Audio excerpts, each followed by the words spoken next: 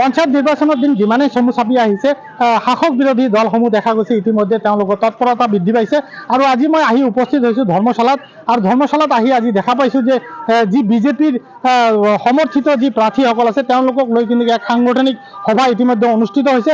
আৰু এই সভাত কিন্তু বিভিন্ন ধৰণৰ আলোচনা হৈছে। মই সামগ্ৰিক পৰিৱেশ দেখুৱাবলৈ যত্ন কৰিম যে অলপ আগতে তেওঁলোকে এইখন ঠাইতে তেওঁলোকে যি সাংগঠনিক সভা আছে তেওঁলোকে পাতিছে, আৰু পঞ্চায়ত নিৰ্বাচন কেন্দ্ৰিক যি আলোচনা আছে তেওঁলোকে আলোচনা কৰিছে। আৰু বিজেপিৰ যি মনোনীত প্ৰাৰ্থীসকল আছে তেওঁলোকক দুগৰাকী আমি লগ পাইছোঁ।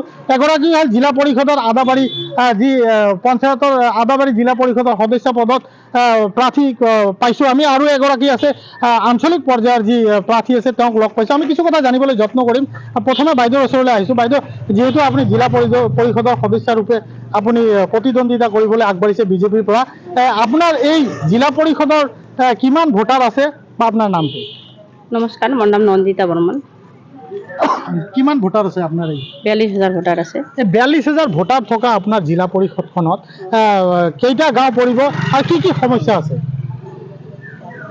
16টা গাঁও পৰিব। সমস্যা কি কি আছে?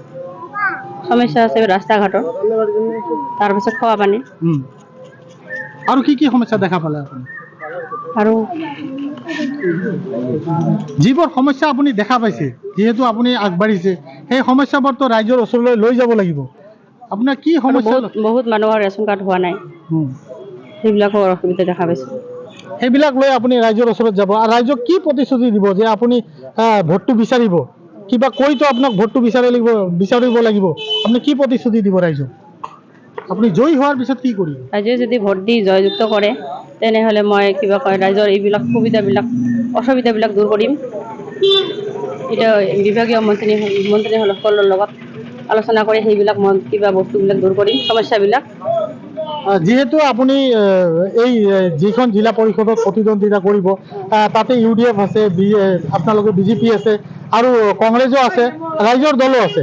কাৰ লগত আপুনি প্ৰতিদ্বন্দ্বিতা কৰিব? কাৰ প্ৰতিদ্বন্দ্বী কোন হ'ব? নিকটতম প্ৰতিদ্বন্দ্বী আপোনাৰ কোন হ'ব? UDF হ'ব। UDFৰ লগত আপোনাৰ প্ৰতিদ্বন্দ্বিতা হ'ব। ধন্যবাদ জনাইছোঁ আপোনাক। আপুনি জয়ী হৈ আহক তাৰে কামনা কৰিছোঁ। আৰু এগৰাকী আছে আঞ্চলিক পঞ্চায়তৰ সদস্য। দাদা, আপোনাৰ ওচৰলৈ আহিছোঁ। প্ৰথমে আপোনাৰ নামটো জানিব বিচাৰিম, আৰু আপোনাৰ আঞ্চলিক পৰ্যায়ত কিমান ভোটাৰ্ছ আছে?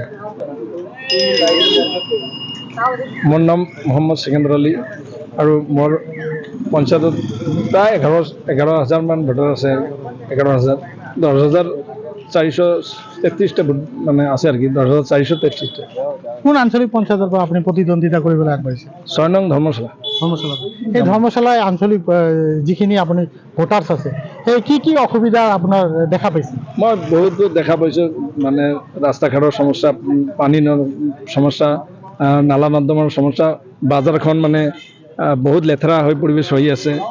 আজি বহুত দিনৰ পৰা এইটো সমস্যা দেখা পাইছোঁ, আৰু কিছুমানে ভাল কাম চৰকাৰে কৰিছে, কিছুমান কৰিব লগা আছে। এইটোৰ কাৰণে ৰাইজে যদি মই সহায় সহযোগিতা কৰে তেনেহ'লে মই, যিহেতু চেণ্ট্ৰেলত বিজেপি চৰকাৰ, আসামত বিজেপি চৰকাৰ, এইটো চৰকাৰৰ নেতৃত্বত আমি যাতে এই দলত যেতিয়া মই আহিছোঁ, প্ৰথম অৱস্থাত মই মনোনীত হৈছোঁ। ৰাইজে যদি মই সহায় সহযোগিতা কৰে, ৰাইজে যদি ভোট দি মোক জিকায়, এইটো মোৰ ৰাইজৰ ওপৰত আশা আৰু আকাংক্ষা, তাতে জিকি যায় যাতে মই এইবোৰ কাম কৰিবলৈ মই অগ্ৰাধিকাৰ পাওঁ। কি প্ৰতিশ্ৰুতি দিব ৰাইজক আপুনি ভোট বিচাৰি?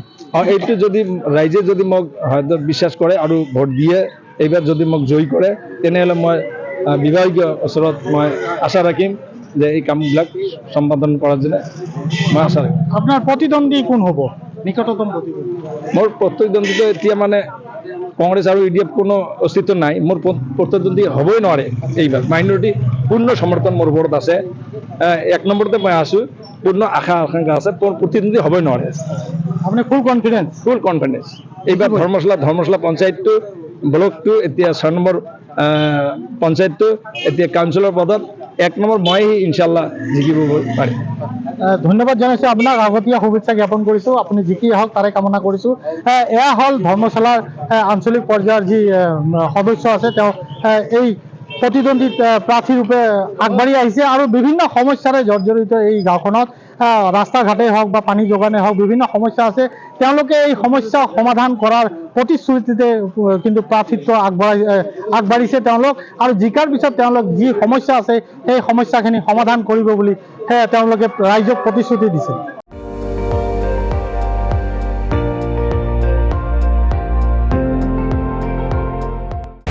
আপুনি চাই আছে ND24 সৰ্বশ্ৰেষ্ঠ নহয় সৰ্বোত্তমৰ দৌৰ।